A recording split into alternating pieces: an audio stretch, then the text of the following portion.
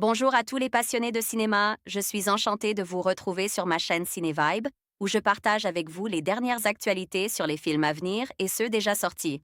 Pensez à vous abonner pour ne rien manquer des nombreux contenus captivants à venir. C'est Bonjour parti! à tous, et bienvenue sur ma chaîne. Aujourd'hui, je vais aborder un sujet fascinant et souvent méconnu, le sabotage. Dans cette vidéo, je vais explorer les différentes formes de sabotage, que ce soit dans le monde du travail, dans les relations personnelles ou même dans l'histoire. Je vais partager des exemples marquants et discuter des motivations derrière ces actes. Restez avec moi pour découvrir comment le sabotage peut influencer nos vies et comment nous pouvons nous en protéger. C'est parti!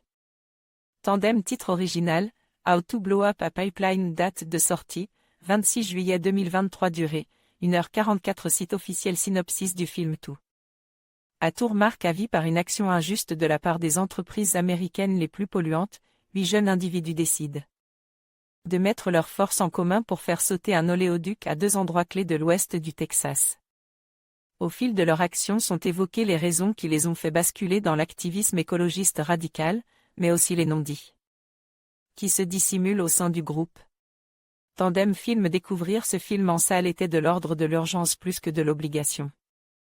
Parce qu'au vu d'un fond aussi inflammable qui a déjà réussi à faire flipper les autorités américaines, dont le FBI, et qui a valu au film de se retrouver accuse de promouvoir le terrorisme, une polémique identique voire une interdiction pure et simple de diffusion dans les salles françaises était à redouter.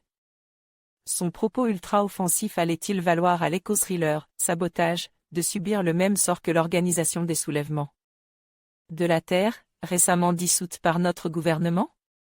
Ce ne fut finalement pas le cas, non seulement le retour critique fut des plus enthousiastes, mais cette adaptation des idées développées par le très controverse Andreas Malm dans son livre éponyme ne se détachait jamais d'une vraie ambiguïté dans sa description du moindre enjeu. Le principe est ici très limpide car assimilable à l'action de ses protagonistes, observer le terrain, étudier le périmètre, dénicher les nuances, miser sur l'intellect plus que sur l'impulsivité. Un film réfléchi, donc? Oui.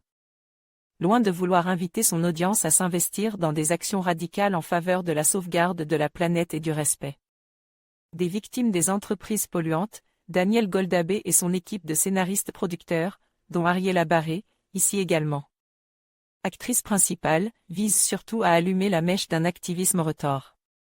De par une narration qui bloque brusquement l'attention de certaines scènes par des flashbacks très éclairants, dont 2 qui relancent tout à coup les enjeux du récit, le film évitait l'engagement frontal en faveur de la dégradation des biens au profit d'un récit qui suit objectivement l'énergie ultra-offensive de son groupe de protagonistes.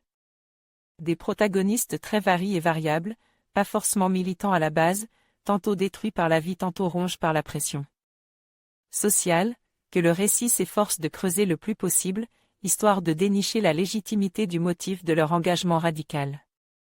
Le déroulement du processus de sabotage d'un énorme pipeline y est alors décrit en détail, certes avec un léger penchant pour le didactisme. Mais que le jeu des acteurs, tous parfaits, et le goût du suspense pressurise font passer comme une lettre à la poste. Et lorsque les masques se mettent à tomber, reliant par la même occasion une trahison sournoise et une manipulation sacrificielle, le film laisse bouche bée par sa virulence et sa clairvoyance sur une colère impossible à freiner, nous laissant alors au final avec plus d'interrogations que de certitudes. Sur la mise en scène en elle-même, on pourrait presque croire que Catherine Bigelow a réalisé le film en sous-marin, tant sabotage n'est que stress à l'état pur sur toute sa durée. Dès son ouverture en montage parallèle, la bande-son hallucinante a de quoi laisser le spectateur cramponne à son siège. La suite ne cessera jamais de monter en crescendo pour ne jamais redescendre, jouant à loisir des signes extérieurs, un drone, une voiture, un bruit, et des angoisses intérieures, un geste mal mesuré et c'est le boom assure. Graduel et chaotique, la tension alimentée par le film est un piège sensoriel qui ne nous fait jamais décrocher de l'écran, qui s'alimente non-stop de cette rage qui n'en finit jamais de ne jamais finir, et qui, à lui seul, acte la réussite prodigieusement subversive de l'ensemble. Si le monde est marqué par une profonde méfiance vis-à-vis de ses dogmes sociétaux, il est quelque part assez logique que le 7e Art fasse de même avec cet idéalisme et cette bienséance que d'aucuns ne cessent d'ériger en manifeste d'une œuvre d'art. Toute société a les films qu'elle mérite, comme disait l'autre. Guillaume Gass envoyait un message au rédacteur. En conclusion, le sabotage, qu'il soit intentionnel ou non, peut avoir des conséquences profondes sur les individus et les organisations. Il est essentiel de reconnaître les signes de sabotage et de mettre en place des stratégies pour le prévenir.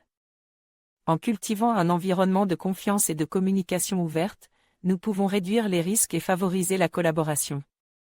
Merci de nous avoir rejoints pour explorer ce sujet complexe. N'oubliez pas de vous abonner pour plus de contenus intéressants.